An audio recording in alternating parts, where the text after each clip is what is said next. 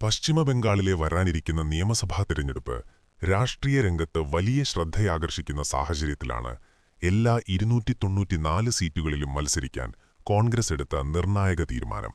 ദീർഘകാലമായി സംസ്ഥാനത്ത് ക്ഷീണിച്ച നിലയിലായിരുന്ന പാർട്ടിയെ വീണ്ടും സജീവമാക്കാനുള്ള ശ്രമമായി ഇതിനെ വിലയിരുത്തുകയാണ് രാഷ്ട്രീയ നിരീക്ഷകർ. ഡൽഹിയിൽ ചേർന്ന കേന്ദ്ര തിരഞ്ഞെടുപ്പ് കമ്മിറ്റി യോഗത്തിലാണ് ഈ തീരുമാനം ഔദ്യോഗികമായി കൈക്കൊണ്ടത്.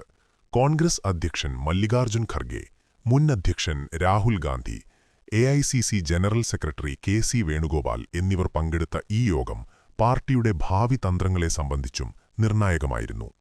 പശ്ചിമബംഗാളിന്റെ ചുമതലയുള്ള AICC general secretary Ghulam Ahmed മീറാണ് എല്ലാ സീറ്റുകളിലും മത്സരിക്കുമെന്ന് സ്ഥിരീകരിച്ചത്.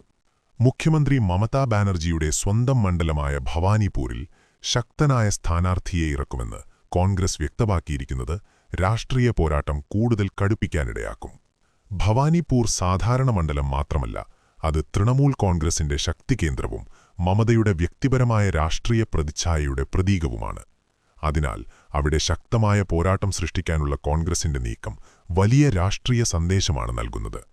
സംസ്ഥാനത്ത് കോൺഗ്രസിന്റെ സ്ഥിതി കഴിഞ്ഞ ഏതാനും വർഷങ്ങളായി ഏറെ ക്ഷയിച്ചിരിക്കുകയാണ്. ഒരിക്കൽ ശക്തമായ നിലയിലുണ്ടായിരുന്ന പാർട്ടി തൃണമൂൽ കോൺഗ്രസിന്റെയും BJPയുടെയും ഉയർച്ചയോടെ പിന്നോട്ടടിക്കുകയായിരുന്നു. ഈ പശ്ചാത്തലത്തിലാണ് എല്ലാ സീറ്റുകളിലും മത്സരിക്കാനുള്ള തീരുമാനം. താഴെത്തട്ടിലുള്ള പ്രവർത്തകരിൽ ആത്മവിശ്വാസം വളർത്തുകയും പാർട്ടിയുടെ സംഘടനാഘടന പുനർനിർമ്മിക്കുകയും ചെയ്യുക എന്നതാണ് പ്രധാന ലക്ഷ്യം. ഈ നീക്കത്തിന് പിന്നിൽ മറ്റൊരു പ്രധാന രാഷ്ട്രീയ കണക്കുകൂടിയുണ്ട്. സംസ്ഥാനത്ത് കോൺഗ്രസിന് സ്വതന്ത്രമായ രാഷ്ട്രീയ ഐഡന്റിറ്റി തിരികെ നേടേണ്ടതുണ്ട്. മുമ്പ് ഇടതുമുന്നണിയുമായി സഖ്യത്തിൽ മത്സരിച്ചിരുന്ന സാഹചര്യത്തിൽ പാർട്ടിയുടെ സ്വതന്ത്ര സ്വഭാവം മങ്ങിയിരുന്നു എന്ന വിലയിരുത്തലുണ്ട്.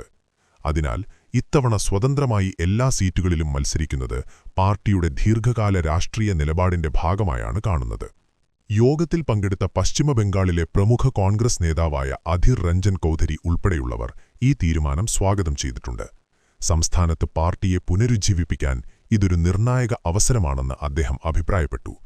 കോൺഗ്രസിന്റെ പഴയ വോട്ട് ബേസ് തിരിച്ചുപിടിക്കാൻ ശക്തമായ പ്രചാരണ പരിപാടികൾ ആസൂത്രണം ചെയ്യുന്നതായും അദ്ദേഹം വ്യക്തമാക്കി. തിരഞ്ഞെടുപ്പ് 2 ഘട്ടങ്ങളിലായാണ് നടക്കുക: ഏപ്രിൽ 23-നും 29-നും. ഇതിനകം തന്നെ സംസ്ഥാനത്ത് രാഷ്ട്രീയ ചൂട് ഉയർന്നിരിക്കുകയാണ്. തൃണമൂൽ കോൺഗ്രസ്, BJP, ഇടതുമുന്നണി കോൺഗ്രസ് എന്നിവർ തമ്മിലുള്ള ബഹുമുഖ പോരാട്ടം ഇത്തവണയും ശക്തമായിരിക്കുമെന്നാണ് വിലയിരുത്തൽ. എന്നാൽ കോൺഗ്രസിന്റെ ഈ തീരുമാനം എത്രത്തോളം ഫലപ്രദമാകും എന്നത് ചോദ്യം ചെയ്യപ്പെടുന്നുണ്ട്. എല്ലാ സീറ്റുകളിലും മത്സരിക്കുന്നത് ആത്മവിശ്വാസത്തിന്റെ അടയാളമായിരിക്കുമ്പോഴും വിജയസാധ്യതയില്ലാത്ത മണ്ഡലങ്ങളിലും സ്ഥാനാർത്ഥികളെ നിർത്തുന്നത് വിഭവങ്ങളുടെ ചിതറലിന് കാരണമാകാമെന്ന വിമർശനവും ഉയരുന്നു. കൂടാതെ ശക്തമായ സംഘടനാ ശൃംഖലയില്ലാത്ത സ്ഥലങ്ങളിൽ പ്രചാരണത്തിനാവശ്യമായ ശക്തി കണ്ടെത്തുക പാർട്ടിക്ക് വെല്ലുവിളിയാകും. അതേസമയം ഈ നീക്കം മറ്റു പാർട്ടികളുടെ വോട്ട് ബാങ്കിൽ വിഭജനമുണ്ടാക്കാനും സാധ്യതയുണ്ട്. പ്രത്യേകിച്ച് BJP വിരുദ്ധ വോട്ടുകൾ ചിതറാനിടയാകുമോ എന്ന ആശങ്കയും രാഷ്ട്രീയ വൃത്തങ്ങളിൽ ഉയരുന്നു. ഇത് തൃണമൂൽ കോൺഗ്രസിനോ BJPക്കോ ഗുണകരമാകുമോ എന്നത് തെരഞ്ഞെടുപ്പ് ഫലങ്ങൾ വ്യക്തമാക്കും. സമഗ്രമായി നോക്കുമ്പോൾ പശ്ചിമബംഗാളിൽ കോൺഗ്രസ് വീണ്ടും ശക്തമായി തിരിച്ചുവരാനുള്ള ശ്രമത്തിന്റെ തുടക്കമാണ് ഈ തീരുമാനം. വിജയമോ പരാജയമോ എന്നതിനേക്കാൾ പാർട്ടിയുടെ സംഘടനാ പുനർനിർമ്മാണത്തിനും രാഷ്ട്രീയ സാന്നിധ്യം ഉറപ്പാക്കുന്നതിനുമാണ് ഈ നീക്കം ലക്ഷ്യമിടുന്നത്.